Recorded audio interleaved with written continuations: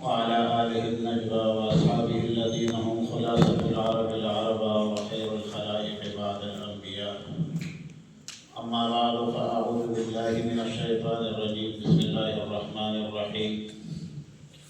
شهر رمضان الذي أنزل فيه القرآن هدى للناس وبينات من الهدى والفرقان. صدق الله مولانا العظيم. سب سے پہلے صمیم قلب دل کی عطا کی گہرائیوں سے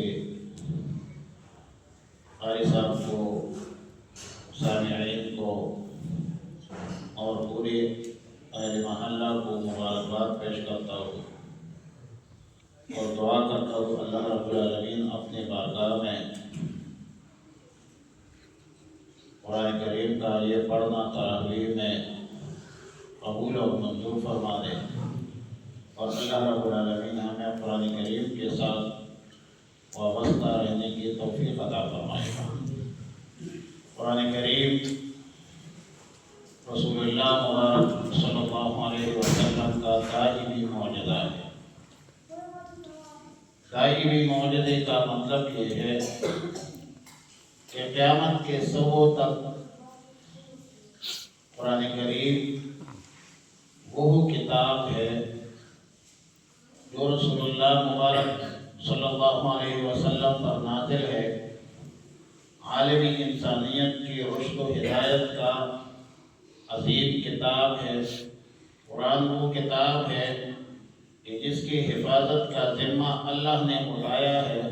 اِنَّا نَحْنُ نَزَّلْنَا الذِّكْرَ وَإِنَّا لَهُ لَحَافِظُونَ۔ صدیاں گزر گئی، کوئی دنیا کی طاقت، کوئی شخص، کوئی ریاست اور حکومت، کوئی پارٹی اور گروہ قرآن کریم کے ایک لفظ میں ترمیم اور تحریف نہیں کر سکے۔ لا یأتیہ الباطل من بین یدیہ ولا من خلفہ تنزیل من عزیز الرحیم۔ اللہ کی طرف سے نازل کتاب ہے، اللہ نے اس کی حفاظت کا ذمہ اٹھایا ہے اور ہر قسم کے ترمیم تحریف سے پاک ہے، صاف ہے۔ قرآن وہ کتاب ہے جس کے ایک حرف پڑھنے پر 10 نیکیاں ملتی ہیں۔ رسول اللہ مبارک صلی اللہ علیہ وسلم نے فرمایا، میں یہ نہیں کہتا کہ الف لام میم حرف، بل الف حرف واللام حرف والمیم حرف۔ الف لام میم میں الف حرف ہے، لام حرف ہے، میم حرف ہے۔ یعنی قرآن کریم کے برکات، اخروی برکات اور ثمرات اتنی ہیں کہ ایک حرف پر 10 نیکیاں ملتی ہیں۔ قرآن کریم سچ تو یہ ہے کہ جب سے ہمارے دلوں سے، گھروں سے نکلا ہے، نہ ہمارے دل دل رہے، نہ ہمارے گھر گھر رہے۔ اس کا وجہ یہ ہے کہ دل کو زنگ لگتی ہے۔ ان القلوب یصلح کما یصلح الحدید، اس طرح لوہے کو زنگ لگتی ہے، اور پھر یہ ریگمال ہوتی ہے، سائیکل ہوتی ہے کس سے؟ قرآن پڑھنے سے اور ذکر اللہ سے۔ اب جب ہم قرآن پڑھتے نہیں تو دلوں کی کدورتیں کیسے ختم ہوگی؟ جب ہم دلوں کو ریگمال کرتے نہیں، ریگمال کرنے کی، سائیکل کرنے کی ہم اس پوزیشن میں نہیں ہے، نہ گھروں میں قرآن پڑھتے ہیں، نہ مسجد میں قرآن کے ساتھ وابستہ ہے، نہ قرآن پڑھنے کی ترغیب اور تلقین دیتے ہیں، تو ہمارے دلوں کی کدورتیں کیسے ختم ہوں؟ بھائی بھائی کا بھائی کیسے بنے گا؟ بھائی بھائی کا دشمن بنے گا؟ ایک بندہ اپنے پڑوسی کا کیسے خیال رکھے گا جب اس کے دل میں زنگ ہے، کدورت ہے؟ جب ان کے دل کو زنگ لگی ہوئی ہے تو کے فیصلے جو کرتے ہیں وہ دل کرتے ہیں، دماغ نہیں کرتے۔ دل ایمان کا محل ہے۔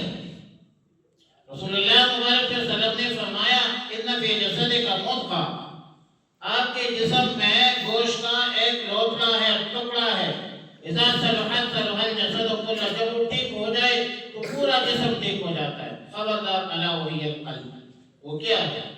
وہ دل ہے۔ اور دل کا یہ حال ہے کہ ہمارے دلوں کو زنگ لگی ہوئی ہے، اور علاج بھی معلوم ہے کہ قرآن پڑھنے سے دل کی زنگ ختم ہوتی ہے، اور پھر بھی ہم قرآن نہیں پڑھتے۔ پھر گھروں میں خیر برکت کیسے آئے گی؟ برکت آتی ہے قرآن پڑھنے سے، حدیث پڑھنے سے، فضائل اعمال کی تعلیم کرنے سے، مسجد میں آنے جانے سے، نماز با جماعت پڑھنے سے۔ کیا رسول اللہ مبارک صلی اللہ علیہ وسلم یہ نہیں فرمایا کہ جو لوگ گھروں میں نماز پڑھتے ہیں میرا دل چاہتا ہے کہ میں اس کے گھروں کو آگ لگا دوں؟ نوجوانوں کے اکٹھا کرو، کہہ دو کہ اس گھروں کو آگ لگا دو۔ مجھے یہ بتایا رسول اللہ مبارک صلی اللہ علیہ وسلم نے بیت المقدس کے بجائے بیت اللہ کو قبلہ بنانا چاہا، اللہ نے تحویل قبلہ کر دیا یا نہیں؟ فَوَلِّ وَجْهَكَ شَطْرَ الْمَسْجِدِ الْحَرَامِ فَلَنُوَلِّيَنَّكَ قِبْلَةً تَرْضَاهَا۔ رسول اللہ مبارک صلی اللہ علیہ وسلم بار بار آسمان کی طرف آنکھیں اٹھاتے تھے، نظریں اٹھاتے تھے کہ تحویل قبلہ کا، میرے باپ کا، ابراہیم علیہ السلام کا قبلہ کب میرا قبلہ ہوگا؟ اللہ تعالیٰ نے وعدہ فرمایا فَلَنُوَلِّيَنَّكَ قِبْلَةً تَرْضَاهَا، ہم ضرور آپ کو فَلَنُوَلِّيَنَّكَ، ہم آپ کو پھیر دیں گے اس قبلہ کی طرف جس قبلے پر آپ راضی ہیں۔ آج گھروں میں بھی برکت ہی ہے، کیوں ہے؟ سوچا ہے؟ نفاق ہے، کیوں ہے؟ وجہ یہ ہے کہ برکت والی کتاب قرآن کریم ہے، قرآن ہم پڑھتے نہیں۔ گانوں کی آوازیں ہیں، ڈراموں کی آوازیں ہیں، اور قرآن کی آواز۔ تو شخصی طور پر ہم زخمی ہیں، مجروح ہیں، دل ہمارے زخمی ہے، زنگ آلود ہے، کدورتیں ہیں۔ خاندانی طور پر، گھریلو طور پر ہمارے اندر بے برکتی ہے۔ معاشرتی طور پر پڑوسیوں کے حقوق، مسجد کے حقوق، مسکینوں، فقیروں، غریبوں کے حقوق، لوگوں کو اذیت نہ دینا، تکلیف نہ دینا، یہ تو ایمان کے تقاضے ہوتے ہیں۔ یہ تو ایمان کے تقاضوں پر پورا جب اتریں گے تو تب آپ المسلم من سلم المسلمون من لسانہ و یدہ بن جائیں گے۔ مسلمان وہ ہے جن کے ہاتھ سے، زبان سے دوسرا مسلمان محفوظ۔ یہ تب ہوگا جب آپ کے اندر صبر، تحمل، استقامت آ جائے، آپ اللہ والے بن جائیں۔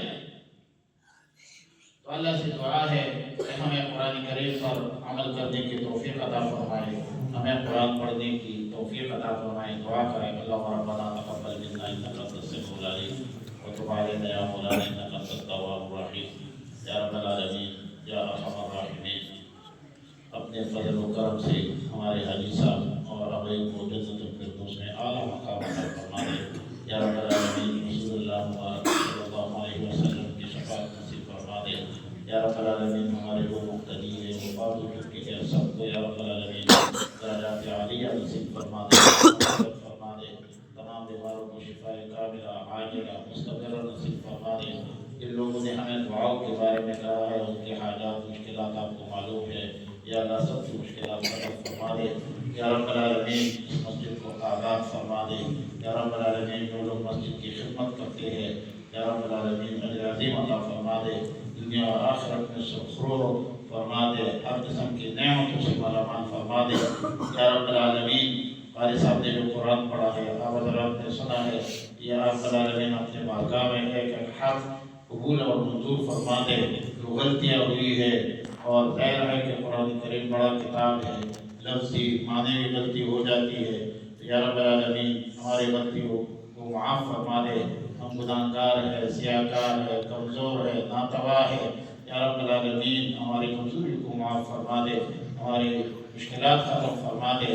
یا رب العالمین ہر ظالم کے ظلم سے ہمیں محفوظ فرما دے، ہر مظلوم کے اور فریاد سے ہمیں محفوظ فرما دے۔